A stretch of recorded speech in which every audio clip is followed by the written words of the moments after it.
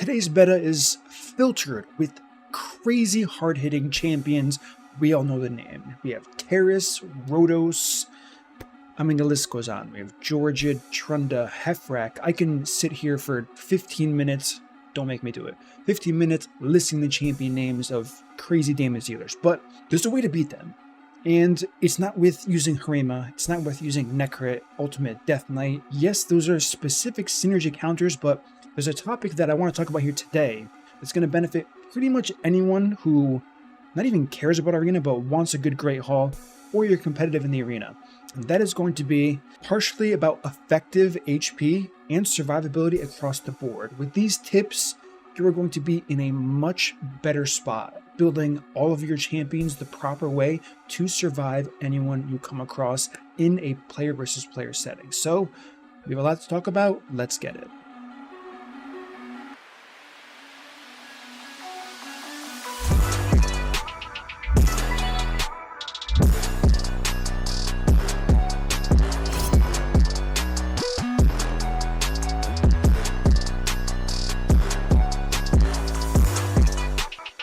What up, team? It's MurderInc. Are you tired of getting crit for 300 billion damage in the arena? I know I would be. So what I want to do here today is help you survive. Give you the tools you need, give you the knowledge you need. Not so much tools, but to survive here. Now, there are so many factors that go into this. So I want to take a champion that isn't geared and just show you what I would do. Completely not geared. And if I can save silver without... Okay, who can I use? I mean, it doesn't really matter who I use. So let's just say, do I have Masteries on this guy? I do, and he has the good ones. Okay, so we're going to use War Chief here. So how do you survive when building any single champion? You have to consider a few things. There's damage reduction in this game through Masteries. There's damage reduction in this game through gear sets, damage reduction through passives, and there are buffs. So if you're building a team, you should always consider the buffs that champion is going to get. What am I talking about here? If you're not familiar with this, there are diminishing returns on defense, and the fact that every single champion, most champions, I won't say every single one, but once you get to a certain level in player versus player, most champions are using Savage, Cruel Gear, or both of them together, so they're ignoring defense. So what does that do to the value of the defense you have on your champions? Lowers it significantly. Now, yes, you can use Harima. That's one thing, but falls into the passive category for sure here. So the first main point that I want to talk about is when I talk about damage reduction from gear sets, I'm not talking about the verbatim definition of that. I don't just mean Defiant, minus 15% damage taken from enemy AoE attacks. I don't just mean, where are you? Stalwart gear. Minus 30% damage taken from enemy AoE attacks. This isn't necessarily what I'm talking about. This is part of the whole thing. So what else falls into this? Believe it or not, things like Immortal fall into this. 3% heal every turn. Granted, it's not applied when you physically get hit, but it's all part of your damage reduction formula across an entire fight. If you just calculate things based on when you're taking damage, you can be missing quite a lot here. Second thing we can talk about is, where is it? Guardian gear set. The transferring, similar to ally protection, so that one's quite obvious. We don't have to talk about Stoneskin gear. Stoneskin gear is, yeah, the Stoneskin buff. That's not even worth mentioning. We know about it. One thing that is worth talking about is shields. Shields are considered effective HP, specifically because they're adding HP, right? And it's protected, so bolster's very strong here. So stacking shield sources, I wish I built what I wanted to build before the video. Don't really want to build it now, but you can stack shields very effectively. So a bolster set, like 3 shield sets in a Krisk, the shield's going to be, I mean, it doesn't literally grow like that, but the lines are going to grow very small and you're going to have tons and tons of health. So I've kind of given you a lot of information already, and so it's really important to process it at your own pace. So I kind of want to take a step backwards and kind of touch on things so it sticks with you while I'm going over the process here. So the first thing is going to be if you're running an increased defense on your team, whether you have Sifi, whether you're running, what's his name? Green Affinity Champion. He was a fusion. He's an orc. I'm just going to go to it. I'm just going to go to it because I forgot his name. Iron Brago. If you're using Iron Brago in your arena team with increased defense, you want to calculate the increased defense buff. You really do. Why do you want to do that? Because defense as a whole, the stat, has diminishing returns. Once you hit pretty much this number, 3,000, I only have a shield on and a necklace and a band. Anyways, once you hit this number, going up reduces the amount of damage you take by a very, very small amount. However, the difference between 1,000 and 2,000, massive. The difference between 3,000 and 4,000, not massive. Very, very small, in fact. So this is diminishing returns. It's very important to know these numbers because, like I said, if you're running with an increased defense, you can't factor in ignore defense because ignore defense is so strong it already devalues defense as a whole. This advice is not so much aimed at PvP, but all content in general. This is something that you can use to your advantage in literally anything. Clan boss, dungeons, you name it. Literally any and all content. So once you get close to this number of defense, unless you're scaling defense for more damage, don't stack defense. It's not going to be worth your time. Go lower on the defense if using an increased defense buff if you have good uptime. If you don't have good uptime on the boss because your champions aren't booked, then you're probably going to want to get close to this number because, like I said, it's pretty substantial the amount of damage reduction you gain up until close to 3,400. So that's the first point, extremely basic. The second thing we're talking about is Masteries. Masteries are very strong. Flat defense, whatever. Flat HP, whatever. Blast proof. Decreases damage received from AoE attacks by 5%. Improved parry. Decrease the damage received by this champion by 8% when the champion is hit with a critical hit. Now, if you're in arena, you're playing against crit cap champions. If you're not, you're trolling. And this is big. 8% DR from a crit. You want this. So 2 right away. And this is why the defense tree is so overpowered. Improved parry is only really good in PvP because all PvE content has extremely low crit rate. The next thing is going to be not Resurgent, but Delay Death. Reduces the damage this champion receives from a specific enemy by 0.75 with each hit taken from the enemy. It stacks up to 6% for each enemy. So really, really strong mastery here. On top of that, Selfless Defender is a form of effective HP because it's transferring damage. Now one champion gains, another champion loses, so it goes higher EHP on one, lower EHP. You get what I'm saying. Outside of that, Bulwark does the same exact thing with the same point that I just described there. And I don't believe, this is an interesting point. I'm going to make it. Some people may buy into this, some people may not, but resistance is also technically a defensive layer. Technically, it's a defensive layer because enemy teams, some of them are made solely based on debuffing, whether it's block active skill, defense down and weaken, defense down or weaken, attack down to limit your offensive capabilities. So it can be considered, because if you think about it, debuffs are a damage enhancement. So preventing those debuffs results in a damage loss for the team attacking you. So there's an argument to be made, and one that I will make, that resistance is also a defensive layer for your champion. You may not see it physically, but these things matter. It all adds up. So if you wanted to build the perfect tank of a champion, cannot be killed no matter what, good luck, what are you going to do? You're going to do what we talked about. You're going to stack as many of these things that I talked about all onto one champion. How do we do that? Easy. One champion goes into a bolster set, shield set so it stacks. Let's say, okay, so we're talking about Warchief now. We're going to have a Duchess. We're going to have a Krisk on top of it. And this is another factor here. We talked about resistance, right? You can also consider accuracy as a defensive layer, because I just mentioned Krisk. Now, what does Krisk do? He applies defense down and attack down on the champion that hits you. If you put Krisk in a higher champion order, which I'm going to show you because it's also extremely important, and there are still players that don't know about this, champion order matters in this game. So if I have 3 champions here, now let's find our Krisk. And I put the Krisk, where's the Krisk? Hello, Mr. Krisk. Is he in the vault? Include Master Vault.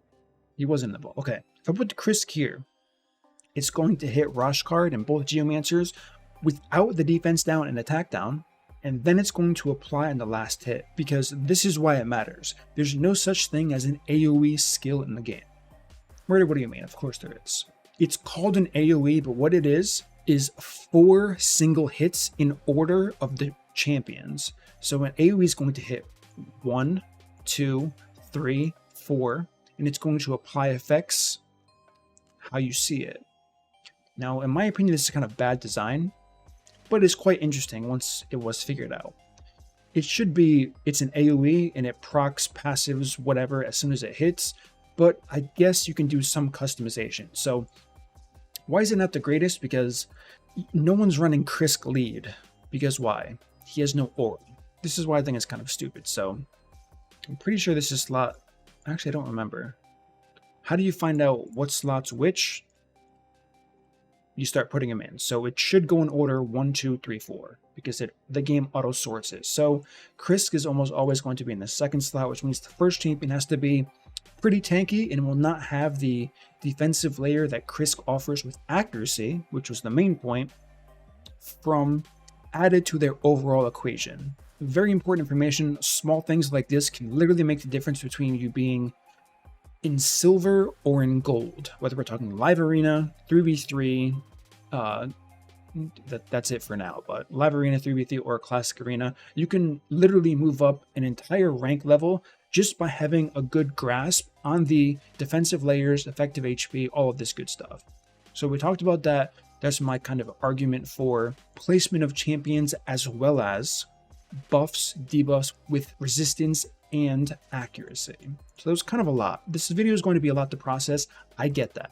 So people are going to be overwhelmed, but trust me, it's going to be worth it. So if we're building a champion like I was talking about, you can go the Stoneskin route. The problem is if you get bombed, there's an incredibly large downside to using Stoneskin. The survivability rating you get from Stoneskin comes at the heavy price of you having to build a team around protecting the Stoneskin at all costs, which you can't even do against someone like a Mighty Uko or Kaimar. Anyone, I mean, Kaimar against Warchief is obvious because of affinity reasons, but you kind of get the point where I'm going with. It can be stripped to 50-50 chance, but it can be stripped, it can be stolen, and it takes increased damage from bombs. So we're just gonna stick with non-RNG to better explain the point here. So the first thing I'm gonna do is I'm gonna run Defiant Gear on this champion and waste more silver. So we have Defiant Gear. We said the defense is fine, so HP is something we're looking for. Unfortunately, I only have those terrible boots here. Actually, the helmet's good. So now, helmet like this. Triple roll HP. We don't care about crit rate, crit damage, attack. But this one has a single roll, but it has a resistance also. So I have to consider, am I gearing this champion for that additional layer of survivability? In this case, yes. I want resistance, I want less AoE damage taken, I want shields, and what does shields do? It allows me to build lower health. So all of these things matter. This is kind of the point I'm getting at here. All of these things matter. Oh, I should have done the fitting room. I would have saved silver. So like I was saying, all of these things matter because if you are running bolster and shield set that are going to stack on top of like a Krisk passive, you can then build lower HP and focus more on resistance and more on hitting your defense threshold, because we're assuming in this team I'm not running increased defense, than if you didn't have those things. So very strong points here.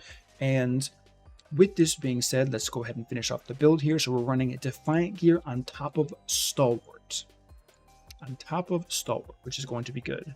So speed, I'm limiting the options kind of on purpose. I know I don't have a ton of gear available to me, but I don't want to have like 50 options in front of me. So as we already discussed, we're good on defense. Health is getting significantly boosted, but there's still tons of value because health is exponential. There's no diminishing returns on stacking health. Very important thing to remember. So for this, we get accuracy, which provoke can be considered a defensive layer if you have enough speed. We're not going to have enough speed, so we're not going to consider it. And that's way too advanced for what we're talking about here. So only this is HP, so clear choice. This is crit damage. Why do I have a crit damage double crit rate roll? Yeah, there's no defensive gain from that. I mean, technically, if you one-shot the enemy, hey, how much survivability are you getting from that? A lot, right? That's probably the most OP defensive layer you can have. A champion that one-shots everyone. Hello, Terrace. Okay, so we have that. HP is kind of the go-to. What are the other viable options for this? A resistance chest. Resistance would be a perfect alternative to stacking with an HP. Do I have HP and res? I do not. So 11,243, 12,000. Okay, so we're going to go for more HP. We're just looking at the defense in case it ends up mattering down the line. For now, it does not, so we don't care about that. And finally, gloves. Unfortunately, we don't have the gloves, so I'm going to have to pull it off of someone just for the video. But we will do that absolutely. Okay, what do we got? So we want HP percent. Even though this is a triple HP percent roll, we just value HP so much higher. So we're looking for HP percent and resistance. Off to a good start. There's one piece. What else do we have? HP accuracy. Okay, so clear winner. Anything with resistance adds much more defensive value than anything else that I currently have here. And finally, we wrap things up with an HP ring. Again, defense, we're way beyond the diminishing return kind of threshold for this. He does scale off of this, but we don't care about that at the moment. So we want an HP ring with HP percent, the best we can find that's just lying around here. That's defense, defense, defense. What do we got that's free? I don't know why I'm not just searching this. Okay, HP percent. Good question, Murder. Why aren't you searching this? Okay, we have a double roll there, double roll here. We'll take this because it's just more stats overall. Oh, typical. Typical. Okay, let's just roll this up. I guess I'll get points for that stupid event going on. For the coins, we hit no HP rolls, whatever. All right, we'll roll one more, right? To 16, we don't really care about the silver at the moment. Okay, double roll, perfect. Perfect. So we got that. Let's just check briefly on the necklace. We want resistance as the substat for sure. Triple defense, 9 resistance is not bad. Let's roll this up. Any res rolls? Triple A, this is actually good. It would have been much better if I had 3 resistance rolls and 1 defense rolls, but by this point in the video, you understand what I'm saying. Now we have this. This is the final product. 97,000 health, 4,000 defense, which is we're way over on the defense needs. 467 resistance, which is low for sure for a defensive layer. Plus the Masteries, plus Duchess in a shield set, plus, who else did we say? Krisk in a bolster set. And then who was the 4th champion? I don't even think I named the 4th champion. But who would we want? We would want a strengthen buff. We already have the ally protection with Krisk. What else is there in the game that we can use? Increased defense, like we said, is going to be so small it's not going to matter. But we want a resistance aura. So who do we go to? Lydia. And actually, if we're really talking about things here, an increased resistance aura would also be extremely beneficial for this champion. Because you want as much resistance as possible, because that's the easiest way to get more survivability just across the board. Because like we said, resistance is a very powerful survivability stat. So all of this paired with the champions I'm talking about, you have to consider all of these things here. Oh, I didn't go for... Did I just not lock in the boots? What's going on here? Fitting room. What were we on? Stalwart. Double defense. That kind of sucks. Okay, so we're going to go to HP percent instead. Resistance as the substat. What do we have? We have nothing in Stalwart for this. I need better gear. GG's. GG's. Okay, so we have even better stats than we thought. Totaling 4,100 defense, 100,000 health, 467 resistance, plus Masteries, plus the synergy. This guy's going to be a monster. He's going to have like, once you add up the shields, it's going to be like 200,000+ health. Defense, we're set. The resistance layer, it should be what? So Lydia gives 100. So he's going to have 567. If we have increased resistance on top of that, the value goes up even higher. And if you wanted to really min-max this, resistance unshakable is going to be the right call for sure here. We don't want to take bulwark because, again, in this example video, we're focusing on one champion and increasing their odds of surviving the most here. And then on top of that, we would be swapping to blast proof or improved parry. I'm leaning more towards improved parry because we're like overloading on AoE damage reduction here. And now one thing that's interesting that I do want to bring up before I conclude the video is there used to be a bug. What bug am I talking about? If you know about this, you know about the bug. They nerfed Duchess's passive, or it was either they nerfed the passive or they nerfed Perfect Veil as a buff. Because what they had before is they had additive damage reduction, which means 10 plus 10, or multiplicative. Multiplicative, of course, is worse than additive. And they've released a new champion to the game that I don't remember who it was, but you could stack Stalwart gear, Duchess, the Masteries, and of course the defensive threshold layer. And what else was there? Duchess, this was way before Defiant gear, but we had the Perfect Veil buff.